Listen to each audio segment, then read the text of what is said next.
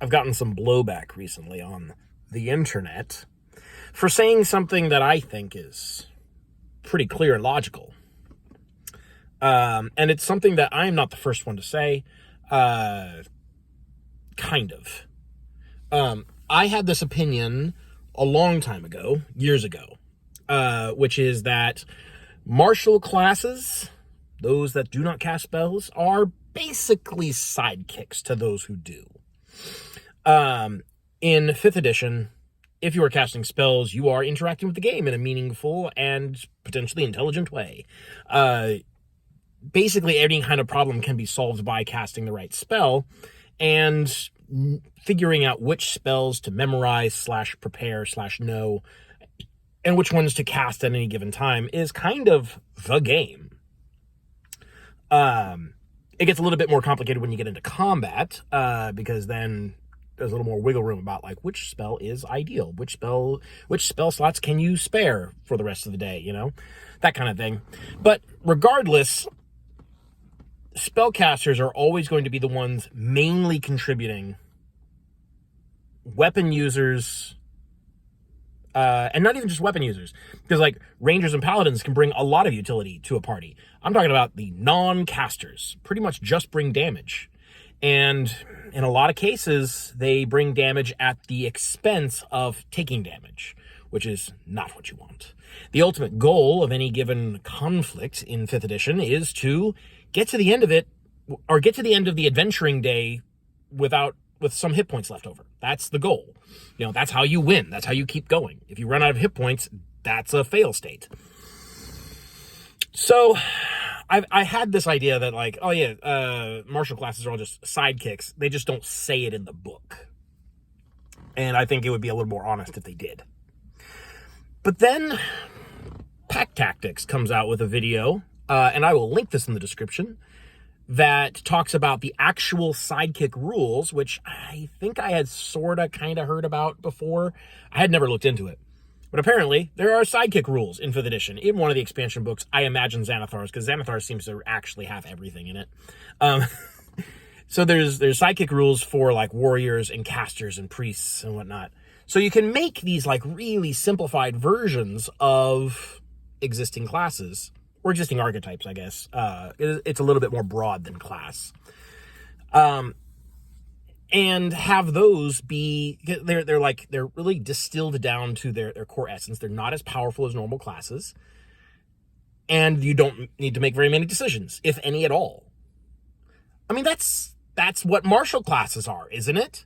Like, casters are to martials what martials are, or what any character really is to their sidekick equivalent. So why do martial classes need to be so simple?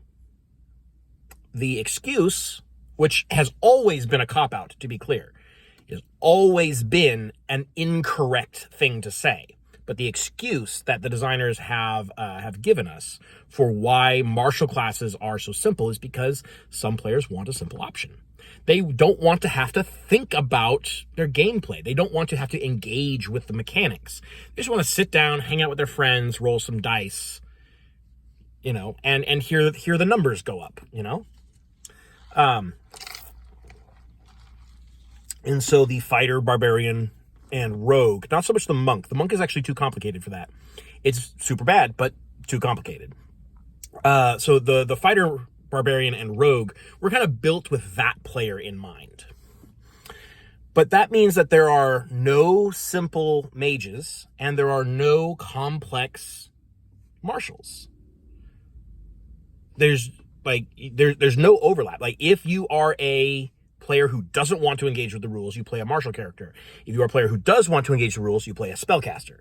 And there's no crossing over unless you want to become a different kind of player, which has always been weird, and it has been an indicator that the reason why martials are the way they are is not for accommodating players. Because if you were accommodating players, you would have a simple spellcaster. A spellcaster who knows, like, maybe 2 spells.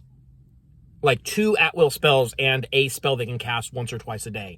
That's the kind of level of that would be the same as a martial. Like, that's the complexity that we're talking about. So we know that the excuse has always been wrong, but it has always sort of been like, yeah, I guess this technically fulfills that design goal. But now they have sidekicks. Which begs the question, why are marshals not becoming technique / maneuver, so whatever you want to call it, maneuver dependent in 1D&D, in the 5.5, or in 5e second edition,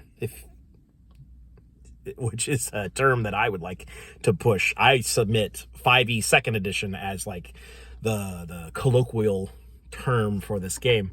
Because I'm silly. Anyways, why are marshals not getting maneuvers? We have sidekicks. If you want super duper simple characters, let them play sidekicks. Sidekicks exist. You can put it in the DMG. It does. I don't imagine it would take up that much space, 4 or 5 pages maybe. And then you'd have this whole suite of like 3 or 4 simple classes, including a spellcaster, that people could play when they don't really want to engage with the mechanics. Meanwhile, the fighter, the barbarian, and the rogue, and let's redo the monk while we're at it, can get like a set of maneuvers equivalent to spells so that they can actually engage with the game on the same level. But that's not what it's about, is it? Now, it's one thing for the designers not to acknowledge this kind of argument, because A, they don't hear me. And B, we know that they are not being genuine to begin with. Really, the reason why marshals are so simple and they have no depth to them is because it's easier to design a class that has no depth. It's a lot less work. And it sort of appeases the old school grognards who think that casters should be just better than marshals in every way. So there's a few specific motivations why marshals are going to always be simple and always be bad in the 5e continuum, whatever 0.5 or point whatever edition we get to. Like, that's not ever going to change. They'll give like token improvements like weapon masteries, which is way too complicated for what it actually adds to the gameplay. But I digress. So we know that we're not going to get that from the designers. But when I bring this up on Reddit consistently, more than once or twice, I get downvoted. People hate this idea. And of course, the Pack Tactics video that said this exact same thing, I'm sure got a lot of hate, because Pack Tactics videos always get a lot of hate. The internet really hates being told that it's wrong. It really hates its logical inconsistencies being pointed out. Really hates having the rules read out to them, because that's metagaming, to know the rules. I'm frustrated with this. I'm frustrated at the D&D community for what I see as, like, they are rejecting a very logical, very sound path that could be taken. And because the community at large rejects it, the designers will never take it seriously. But why does the community at large reject it? And I can't figure that out. I'm not sure. I don't see any motivation for explicitly not wanting complex, competent martial characters. Except for these sort of emotional arguments of like, fighters that can do special maneuvers is too anime. Which doesn't mean anything, and it's wrong.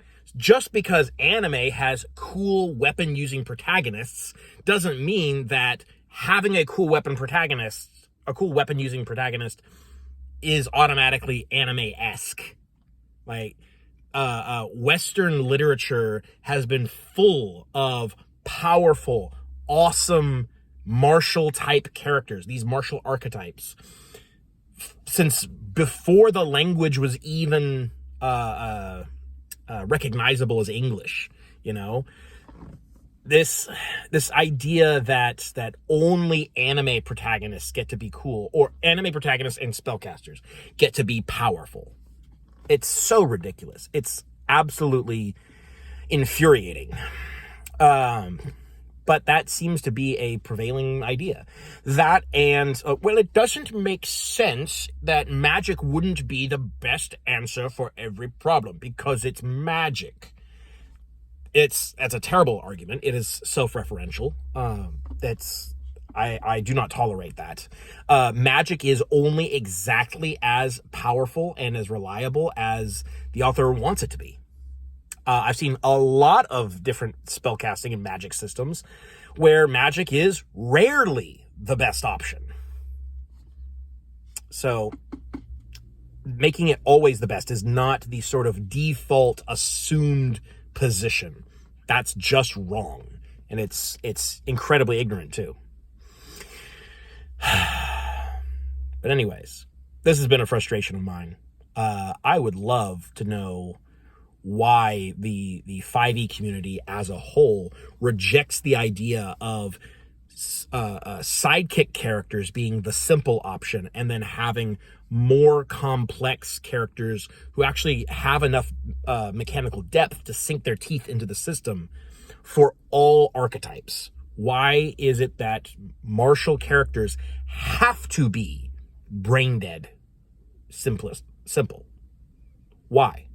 Why can't it be the casters? Or why can't it be both? Take simple versions of every archetype, every major archetype. Make those sidekicks. And let people have the mechanical depth that they are looking for, that I am looking for, to be honest. But it won't happen as long as the community doesn't want it to happen. And as far as I can tell, there's no progress on that front.